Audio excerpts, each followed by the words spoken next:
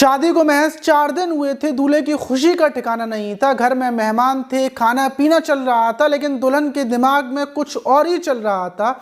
और शादी के चौथे दिन दुल्हन अपने नए नवेले दूल्हा को मौत के घाट उतार देती है, उसको ख़त्म कर देती है, और वो भी बड़ी प्लानिंग से। किसी को भी शक नहीं होता कि दुल्हन ने ही दूल्हा की हत्या की है। लेकिन सवाल ये कि आखिर दूल्हा ने ऐसी कौन सी गलती कर दी थी कि दुल्हन ने उसको मौत के घाट उतार दिया, उस दूल्हा को जिसके साथ उसने 7 जन्मों तक साथ रहने का वादा किया था, उसको आखिर क्यों मार दिया? और फिर मारने के बाद ऐसी कैसी प्लानिंग थी कि उसको पुलिस नहीं पकड़ पा रही थी? सारे सवाल। लेकिन इस वीडियो को जब आप सुनेंगे तो आप हैरत में पड़ जाएंगे, क्योंकि ये वीडियो जवान लड़कों के लिए जिनकी शादी नहीं हुई है उनके लिए जानना बेहद ज़रूरी है। क्योंकि इस स्टोरी को जब मैंने पढ़ा, इस घटना को जब मैंने सुना, तो मुझे भी इससे बहुत कुछ सीखने को मिला। तो चलते हैं और इस घटना को थोड़ा शुरू से जानेंगे आखिर तक कि एक मासूम से दूल्हा को किस वजह से मार दिया गया। तो चलते हैं। तो दोस्तों, मेरा नाम माज है। उम्मीद है कि आप सब अच्छे होंगे, सुरक्षित होंगे। और जो आज की घटना है वो गुजरात की है। गुजरात का गांधीनगर थाना है, वही का इलाका है। वहाँ पर रहने वाला भाविक, जिसकी उम्र 26 साल थी, और 15 दिसंबर को वो अपने घर से बाइक से निकलता है, क्योंकि 4 दिन पहले ही भाविक की शादी हुई थी। और वो बाइक से, जो बाइक उसको जहेज में मिली थी, उसी बाइक से अपनी दुल्हन को लेने के लिए जा रहा था। क्योंकि 4 दिन पहले शादी हुई है, नई नवेली दुल्हन अपने घर पर गई हुई है, और बड़ी ही खुशी से वो फ़ोन पर अपनी जो वाइफ थी, जिसका नाम पायल था, जिसकी उम्र महज 23 साल थी, उससे बोलता है कि मैं हाँ बस घर से निकल रहा हूँ, तैयार हो जाओ, सामान वगैरह पैक कर लो, मैं तुम्हें लेने के लिए आ रहा हूँ, मैं ज़्यादा देर नहीं बैठूँगा। और ये बात होती है और भाविक बाइक लेकर निकल जाता है। लेकिन कुछ घंटे गुजर जाते हैं, लगभग दोपहर के 1 बजे वो निकला था, लेकिन 3 बज जाते हैं। भाविक का कुछ पता नहीं था। पायल फ़ोन करती है, भाविक के परिवार वालों को फ़ोन करती है कि आखिर भाविक कहाँ पर रह गए, वो अभी तक मुझे लेने के लिए नहीं आए हैं। भाविक के नंबर पर कॉल किया जाता है, लेकिन भाविक का फ़ोन स्विच ऑफ आ रहा था। अब जाहिर सी बात है, वही नई नवेली दुल्हन परेशान हो जाएगी। वो अपने पिता को बोलती है कि पिताजी, वो निकले थे लेकिन अभी तक आए नहीं हैं। क्योंकि जो पायल का घर भाविक के घर से दूर है, वो लगभग 30 से 40 किलोमीटर दूर है, और वो भी भाविक बाइक से लेने के लिए निकला था, वो भी गांव का रास्ता था। तो ये सुनते ही जो पायल के पिता हैं वो ढूंढने के लिए निकल जाते हैं फ़ौरन। हो सकता है कोई दुर्घटना हो गई हो या फिर कुछ मामला हुआ हो, क्योंकि भाविक का फ़ोन बंद था। दूसरी तरफ जो भाविक के परिवार वाले थे वो भी परेशान हो जाते हैं, क्योंकि कई घंटे गुजर चुके थे, 5 बज चुके थे। और जब ढूंढते हुए जाते हैं तो रास्ते में ही उनको बाइक साइड से खड़ी हुई मिलती है, और वो वही बाइक थी जो उन्होंने अपनी बेटी को जहेज़ में दी थी, जो भाविक जिस बाइक से आ रहा था। और बाइक के पास कुछ भीड़ के लोग खड़े हुए थे। फ़ौरन जो पायल के पिता थे वो पहुँचते हैं, पूछते हैं भाई ये बाइक वाले कहाँ चले गए, क्या हुआ?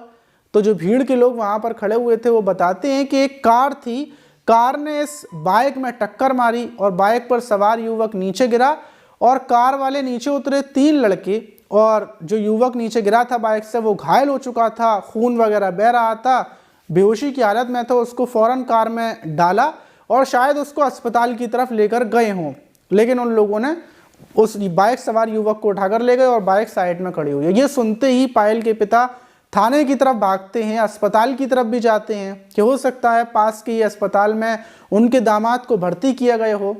लेकिन अस्पताल में कोई नहीं मिलता आसपास के। वहीं थाने में भाविक के बारे में बताया जाता है कि ऐसे ऐसे कार ने टक्कर मारी और उसके बाद भाविक को उठा कर ले गए हैं। मतलब साफ था, पुलिस बताती है कि भाविक का किडनैप हो चुका है, क्योंकि जो टक्कर मारी गई थी वो एक्सीडेंटली टक्कर नहीं थी, वो टक्कर पीछे से जानबूझकर मारी गई थी। भाविक के पीछे ये लोग लगे हुए थे। अब सवाल ये था कि शादी के महज 4 दिन हुए हैं और भाविक का किडनैप हो गए। जब ये बात पुलिस को पता चलती है तो पुलिस बड़ी हैरान।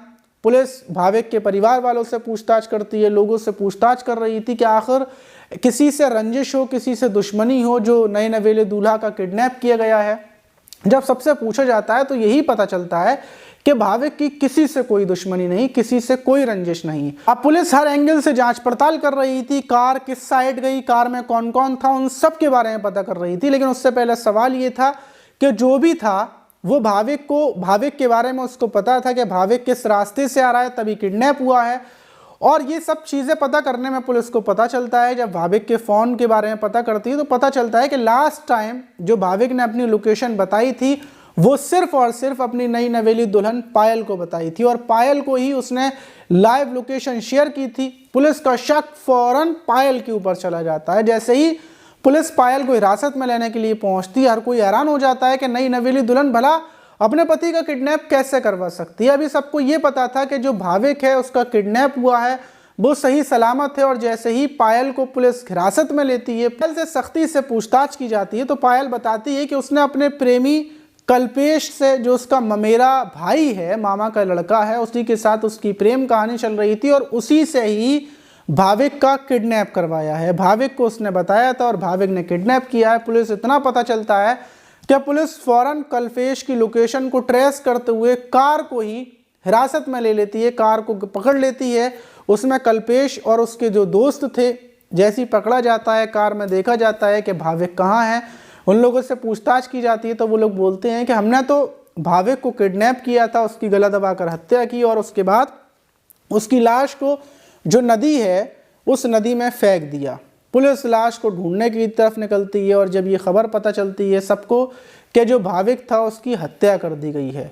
अब सवाल ये कि आखिर हत्या क्यों की गई, कैसे प्लानिंग से की गई है। पायल से शुरू पूछताछ की जाती है और ये कल्पेश से पूछताछ की जाती है तो पता चलता है, पुलिस को कहानी पता चलती है कि पायल की प्रेम कहानी अपने ममेरे भाई के साथ कई साल पहले से चल रही थी। और ये बात जब परिवार के लोगों को पता चलती है तो परिवार के लोग पायल की और कल्पेश की बातचीत करना बंद करवा देते हैं और पायल की बिना रजामंदी से, पायल क्योंकि अपने प्रेमी से शादी करना चाहती थी, लेकिन परिवार वाले उसके ऊपर दबाव बनाकर, कस्में खिलाकर इसकी शादी भाविक से करवा देते हैं। भाविक तो सीधा साधा लड़का था। जब भाविक की शादी होती है तो भाविक को नहीं पता था कि पायल किसी और से प्यार करती है, लेकिन पायल के दिमाग घूमा हुआ था।